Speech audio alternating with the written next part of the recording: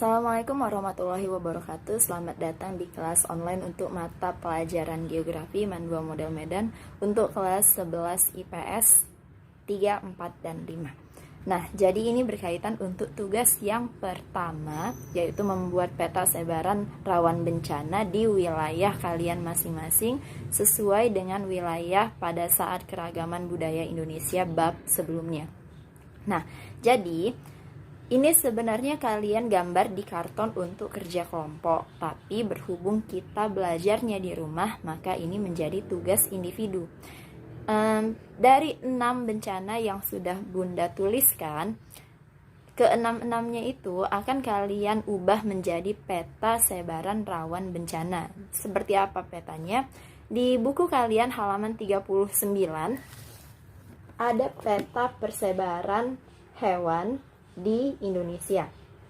Nah, jadi peta persebaran fauna ini, peta persebaran hewan ini adalah peta persebaran yang ditunjukkan menggunakan simbol khusus hewan yang dilindungi. Jadi, yang akan kalian buat di bab 7 tentang peta sebaran bencana alam juga sama seperti ini, dimana kalian membuat peta, bedanya adalah ini peta Indonesia, sedangkan yang harus kalian kerjakan adalah peta wilayah kalian masing-masing. Misalnya, kemarin kalian dapat kelompok untuk Pulau Sumatera, maka yang dibuat adalah peta sebaran rawan bencana untuk Pulau Sumatera. Jadi di Pulau Sumatera itu, kalian kasih simbol untuk semua bencana alam.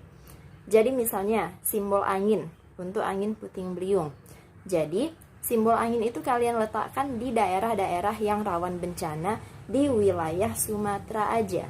Jadi bukan satu Indonesia ya nak, tapi Sumatera aja. Nah, begitu juga untuk simbol selanjutnya, simbol gempa bumi, tanah longsor, dan sebagainya. Kalau misalnya susah menemukan simbol yang tepat, boleh kalian pakai simbol titik atau warna untuk membedakan antara daerah yang rawan bencana dengan daerah yang aman. Nah, jadi itu yang akan kalian buat untuk di pelajaran mitigasi bencana.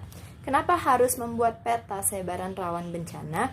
Karena mitigasi itu adalah tindakan pencegahan sekaligus upaya penyelamatan diri pada saat kita terjadi bencana.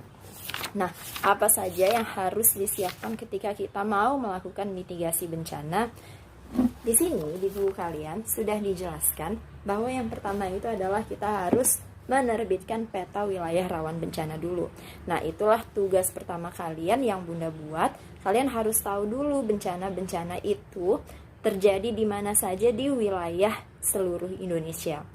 Lalu yang kedua adalah mengembangkan sumber daya manusia satuan pelaksana. Kalian termasuk di dalamnya. Karena nantinya setelah mempelajari mitigasi bencana ini, Bunda berharap kalian bisa mampu melaksanakan mitigasi ini pada saat ada bencana alam.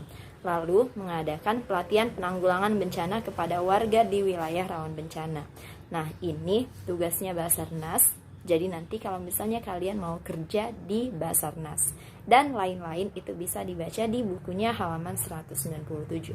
Jadi yang pertama kalian harus tahu dulu di mana saja sebaran rawan bencana, wilayah rawan bencana yang ada di Indonesia. Nah, jadi tugasnya seperti itu ya. Satu orang berarti ada 6 peta untuk membuat sebaran rawan bencana di wilayah yang kemarin sesuai dengan bencana yang sudah Bunda tuliskan di dalam kertas tugasnya. Selamat mengerjakan. Assalamualaikum warahmatullahi wabarakatuh.